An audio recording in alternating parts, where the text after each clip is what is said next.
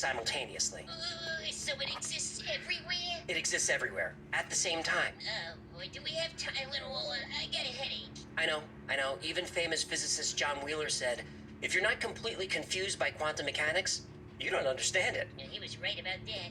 As soon as you measure that electron, it locks in that one unique position.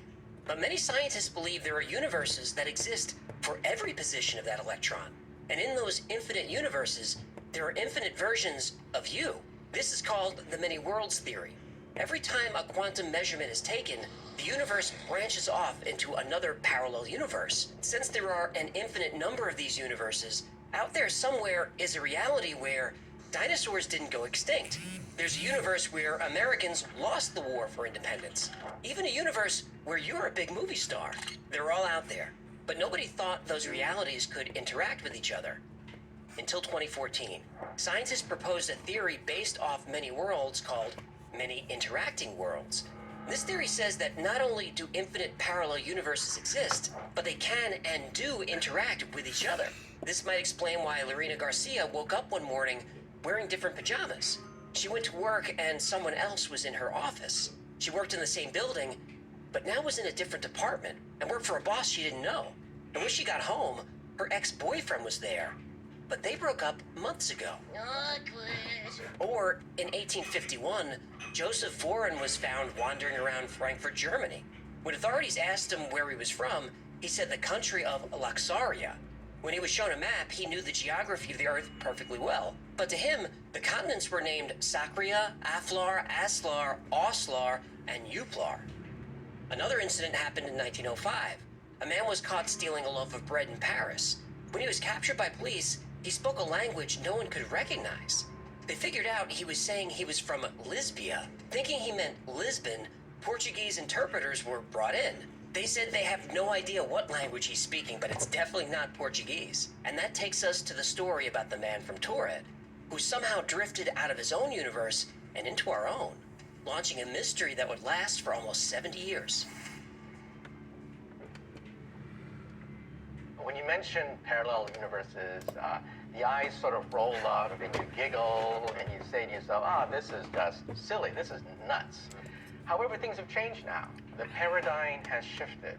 The multiverse idea, once thought to be so crazy it only belonged on evening night television, has now become the dominant theory in cosmology. It's unavoidable. You cannot avoid the theory of the multiverse.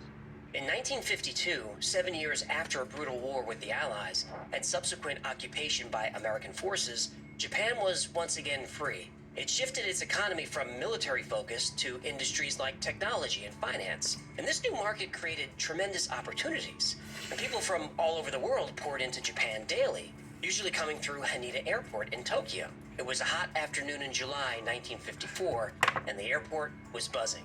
These were the days before full body scanners and Remove your laptops, tablets, and place them in their own dirty plastic tray that's still wet from the last guy for some reason. Right. Take off your belt, your shoes, and remove any lotions, creams, and gels, and place your personal items in another dirty plastic tray. Once you step through our x-ray machine that may or may not cause cancer, we may decide to put on plastic gloves and fondle you in front of a group of strangers. This is what we in the TSA call the cherry on top. You good? I've been wanting to get that off my chest for a long time. Travelers back then didn't have to deal with all that nonsense, but they still had to present a passport to airport security and customs agents. A businessman, middle-aged Caucasian with dark hair and a beard, made his way to the front of the line. He handed over his passport, which was filled with stamps of the countries he'd recently visited. The customs agent looked puzzled. He glanced up at the man, back to the passport, up at the man again, and asked his name. Broderick Janansfer, said the man. Date of birth? The man replied, 11th of September, 88. So far, so good. Then the agent asked, country of birth? The man replied, very casually, I'm from Torred. The customs agent had never heard of a country called Torred, but there are 200 countries in the world, and some of them are smaller than even the smallest states in the U.S. So the agent called a colleague over. The second agent was also confused. He too had never heard of a country called Torred. Neither did the agent's supervisor. Then the customs agent asked, Mr. Janansfer, do you think you could show us on a map where Torred is? Now, Janansfer was getting annoyed, but what's he supposed to do? So he says, of course, and then he's taken to a private room to prove to the officers that he was telling the truth. And so the multiverse is not just some invention out of the ether. It flows out of an application of quantum mechanics to general relativity. We're not completely there yet with a full solution, but it's why the idea is taken seriously. It's not just an invention. Broderick Janansfer, the man from Torred, was visibly upset now. The officers brought him a map of Europe, asked him to point out Torred, and without hesitation, he pointed to a small country on the border of France and Spain. Now, this made sense to the customs officers because even though Janansfer was speaking Japanese, he did have a French accent. But the problem wasn't his language, it was his country. The officers told him that he was pointing to the Principality of Andorra, and there's no such place as Torred. Janansfer started arguing. He said the kingdom of Torred is 1,000 years old, and he'd never heard of anything called Andorra, which he thought sounded fake. Janansfer then said he had traveled through this very airport twice this month and never had a problem. He had stamps in his passport to prove it. Now, this was easy enough to check. The customs agents confirmed that the stamps were authentic, but they still weren't convinced of his story. Janansfer took out his wallet to show the agents. As a business traveler, he carried different currencies with him. The customs agents examined the money. He had currency from Japan and several European nations, but he also had money from Torred, which seemed like real currency except for the fact that there's no such place. He also had traveler's checks. Unfortunately for him, the checks were issued by a bank that didn't exist. The agents started to suspect Janansfer might be up to no good, maybe a criminal or a spy. They asked where he was staying. Janansfer gave them the number of his hotel and assured the agents he had been on the phone with them that morning making his reservation. They called the hotel, which was there, but they had no reservation under this man's name. Now, the hotel could have made a mistake. So Janansfer instructed the agents to call his office in Tokyo. Surely this would settle the matter. They called. The company had no record of an employee named Broderick Janansfer. The man from Torred and the customs agents were stunned. They had no idea what to do. Then the phone in the corner of the room rang. An agent answered, listened for a moment, then turned to Janansfer and said, "Sir, you're coming with us." The customs agents were stuck. They had never seen anything like this before, but they couldn't let the man go without investigating. They confiscated Broderick Janansfer's passport, his money, and other documents. They told him that he wasn't being arrested, but he was being detained until this matter could be cleared up. He was put up in a hotel near the airport for the night. 2 armed guards were stationed outside his door at all times. He was instructed that the phone would only work to call room service. The evening passed without incident. Janansfer complained of a headache, but he hoped a meal might make him feel better. He ordered room service and settled in for the night. The following morning, the customs agents called Janansfer's room, but got no answer. The guards were instructed to open the door. When they entered the room, the man from Torred was gone. The room was spotless. The bed was made. There was no sign that anyone had eaten a meal, or that anyone had even been there. The guards were chewed out by their supervisor for letting this man slip away, but they insisted that they did not leave their post. The windows didn't open, and the door was the only way in or out. Aside from a hotel employee delivering food, nobody went in or came out of that room all night. Now, back at the airport, Customs was still investigating. When they went to retrieve Janansfer's documents, even though they were stored in a locked security office, they were gone. The passport, wallet, checkbook, everything vanished. It's as if the man from Torred never existed. And word of the investigation quickly went up the chain of command in the Japanese government. To avoid embarrassment, the story was censored, classified, and everyone involved was told to never speak of it. In the years since the man from Torred arrived and disappeared, there have been a lot of theories. One was that he was an intelligence agent working undercover. His passport and documents were fake to ensure that the government he worked for would never be revealed. And this was the 1950s. The Cold War was gearing up and spies were everywhere. A highly trained covert operative might be able to find a way out of that hotel room without alerting the guards. But it doesn't explain how his documents disappeared from a secure room in the airport. The theory that's most popular is that the man from Torred was actually from an alternative universe. Somehow, during his flight, he crossed over into this one. Nothing on the flight changed that much that he noticed. He was just unaware that the country he was from no longer existed. And that night, when he was complaining of a headache, it could have been our two realities trying to get back into sync. And when they did, the man and his belongings went back to the correct universe. And maybe, at the very same time, in the other universe, a businessman from Andorra was having a difficult day. And maybe that man was detained by security officers, who insisted there's no such place as Andorra. And the country that man pointed to on the map was actually the Kingdom of Torred, a nation that had existed for 1,000 years. Or maybe. The Man from Torred is an urban legend that's been around for a long time. The current version of the story, the one that you heard today, goes back to 1981. That year, a book was published called The Directory of Possibilities, which was a collection of stories, strange events, and theories, and in that book, there was one interesting passage. And in 1954, a passport check in Japan is alleged to have produced a man with papers issued by the nation of Torred. The author got this from a news article that goes back to 1960. There was a man named John Allen Zegras who wanted to travel the world. So he invented a country, a capital, a language, and put all these on a passport that he created himself. And Zegras claimed to be working as an intelligence agent for Colonel Nasser, who was then Prime Minister of Egypt. He said the passport was issued at Tamanrasset, the capital of Tuareg. Now, Tamanrasset is a real city in Algeria, but Tuareg is a country he made up. Still, he traveled all over the Middle East using this story.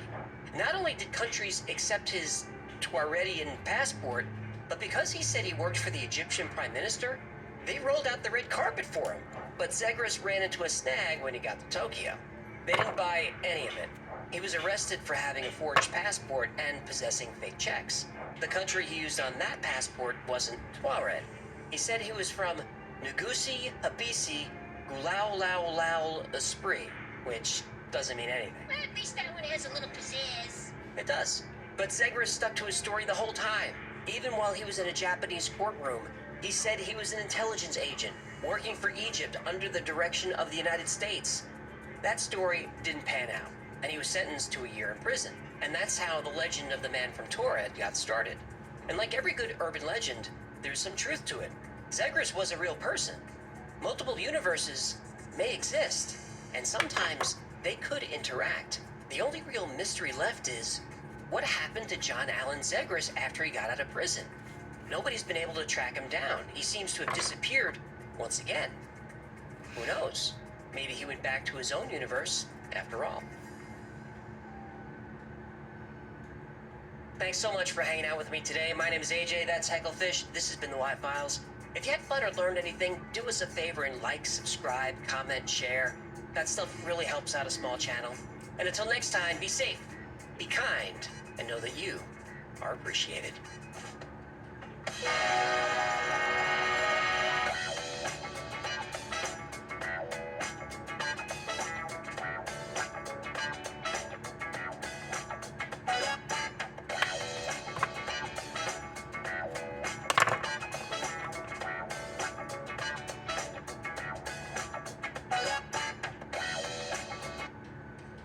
Vatican City is an inspirational place.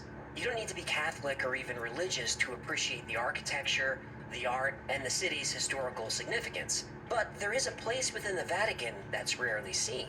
Hidden beneath the city is an underground fortress, inaccessible to the public and protected by armed guards and state-of-the-art security. The secret apostolic archives. Within the stone and steel reinforced walls are vaults, climate-controlled rooms, and over 50 miles of shelves. And on those shelves are countless texts, relics, and artifacts collected by the church for over 1,000 years. And one of the most intriguing objects hidden in the archive is called the chronovisor, a device that can view events anywhere and any time in history. And for years, its existence was just a rumor. No proof of the chronovisor was ever found. But a book released by a Vatican priest would change all that. Let's find out why.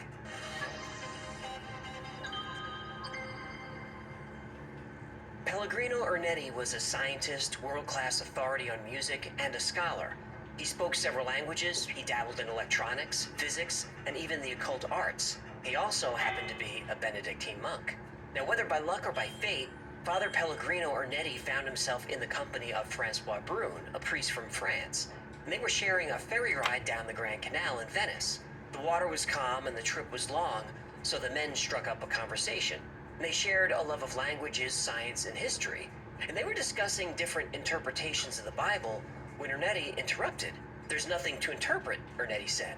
"It's possible to see what actually happened, to see the truth with your own eyes." Now, Brune thought Ernetti was joking or being rhetorical. He wasn't. Ernetti spoke of a device he had worked on hidden in the deepest, most secret levels of the Vatican archive. A device that allowed its operator to witness events anywhere and any time in the past. And it was called the chronovisor. Ooh, a time machine? Well, sort of. You can't travel anywhere with the chronovisor, but you can program it to show you certain events on a screen, like a television. Oh boy, you can stream anything these days. Now, Francois Brune was stunned by the story. He knew Father Pellegrino Ernetti to be a serious man. Ernetti was well-read, well-educated, and well-respected in the church. He was not one for exaggeration. Yet Ernetti claimed to have heard speeches by Napoleon and Mussolini. He visited ancient Rome, and Ernetti was amazed that Cicero was as captivating a speaker as history claimed. My name is Maximus Decimus Meridius, commander of the armies of the north, general in the Felix legions, and loyal servant to the true emperor, Marcus Aurelius. Father to a murdered son, husband to a murdered wife, and I will have my vengeance. In this life, or the next. Are you not entertained? I'm not. Anyway, Brune wanted to know about the events in the Bible. Did they really happen? "It's all true," Ernetti said. He had seen the final days of Jesus, including his crucifixion. He saw the creation of the Ten Commandments, the Last Supper, the destruction of Sodom and Gomorrah, and everything in the Bible. Now, Brune was obviously skeptical. Even though Ernetti was intelligent and talented, he didn't have the skill and knowledge needed to build this kind of device. And Ernetti agreed that he couldn't build the chronovisor himself. He had help. In 1952, Father Pellegrino Ernetti was working on a project at the Catholic University of Milan. And being an expert in early Christian music, he was studying and restoring tape recordings of Gregorian chants. And while listening to one of the tapes, the school's founder, Father Agostino Gemelli, was convinced he heard his father's voice, even though his father was dead at the time of the recording. But what Gemelli heard was not his dead father relaying some profound message to his son from beyond the grave. What he heard was more mundane. His father arguing with someone over the price of shoe wax. Gemelli's father was a cobbler who made and sold shoes. And Gemelli thought he'd been given a gift from God. But Ernetti wondered if there was a scientific reason for this, that the sights and sounds of people in the past somehow continued to exist long after they happened. And if they did, could they be detected? It sounds like EVPs. Well, it does. And this technology is not that different from what we now call EVPs, or electronic voice phenomena. And since Gemelli was president of the Pontifical Academy of Sciences, he was able to fund a project to explore the possibility of listening or seeing events from the past. Ernetti assembled a team of 12 scientists, but he would only reveal the names of 2. And one was Enrico Fermi, the Nobel Prize-winning physicist known for Fermi's paradox and for creating the world's first nuclear reactor. The other scientist was Nazi rocket scientist turned director of NASA, Wernher von Braun. Like sound waves can be pressed into vinyl to produce a recording, Ernetti said that his team had discovered that light and sound continue to exist as forms of energy. And using a series of antennas, the chronovisor could detect this residual electromagnetic radiation and translate it into image and sound. Operators of the chronovisor could designate a specific date and location, then the scene was reconstructed on a large cathode ray tube. Now, Francois Brune was obviously amazed by the story and asked Ernetti what happened to the device. Ernetti said that once the team realized what they had invented, they brought their discovery to the Pope. And since the chronovisor could tune into any place and time in the past, it could be used as a powerful weapon. It could reveal state secrets or be used for blackmail. So Pope Pius XII worried that, in the wrong hands, the chronovisor could launch a dictatorship unlike anything the world had ever seen. The Pope ordered the machine dismantled and forbid anyone from speaking of it. Ernetti said this was the first he's spoken of it in over 10 years. And Brune understood and agreed that a machine like the chronovisor would be extremely dangerous, and it was probably best if it stayed hidden and dismantled. But Brune said to Ernetti, "It's too bad there's no proof that the chronovisor actually worked." Ernetti said to Brune, "My friend, I have proof." Quintus Ennius was a writer and poet who lived during the Roman Republic between 239 and 169 BC. He's often considered the father of Roman poetry. And during his lifetime, he wrote about 20 plays and an epic poem on the history of Rome called the Annals, but only a few fragments of his work survive. His final play, Thyestes, was produced shortly before his death in 169 BC. And scholars have wondered about this play for centuries. They knew the story was based on the writing of another author, Seneca, but the actual text of Thyestes, except for a few lines, has been lost to history. Ernetti used the chronovisor to visit Rome in 169 BC, where he saw a performance of the play in a Roman square. Ernetti, fluent in Latin, was able to transcribe and finally complete Ennius's play after 2,000 years, and that manuscript still exists. The story of the chronovisor remained hidden for another 12 years or so. Then in 1972, an article appeared in the Italian magazine La Domenica del Corriere. Show off. The headline of the article was, "A machine that photographs the past has finally been invented." And some believe that the chronovisor was not dismantled, but was actually functional and being used by the church to maintain watch and control of the population. That theory makes sense. Oh, you believe that one, huh? But does the Pope in the woods? Soon, several photos were leaked, including this one taken by Ernetti himself. Ernetti used the chronovisor to view Jesus' entire final day, including his crucifixion. My favorite photo is this one, which shows Jesus walking and talking with his followers. And this photo is also pretty compelling. But again, the chronovisor fell out of the public eye. Or the information was suppressed by the church. Or that. Well, then in 2002, Francois Brune released his book called The New Mystery of the Vatican, which documents his relationship with Ernetti and includes more details of what Ernetti saw with the chronovisor, and even includes blueprints for the machine. And Father Pellegrino Ernetti passed away in 1994, but until his dying day, he swore the chronovisor was real. He even published an open letter saying so. Father Francois Brune passed away in 2019.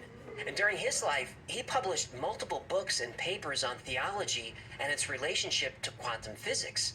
He gave talks on EVP phenomena, communicating with spirits, and many different aspects of parapsychology. He too, until his last day, believed the chronovisor existed, and possibly still exists today.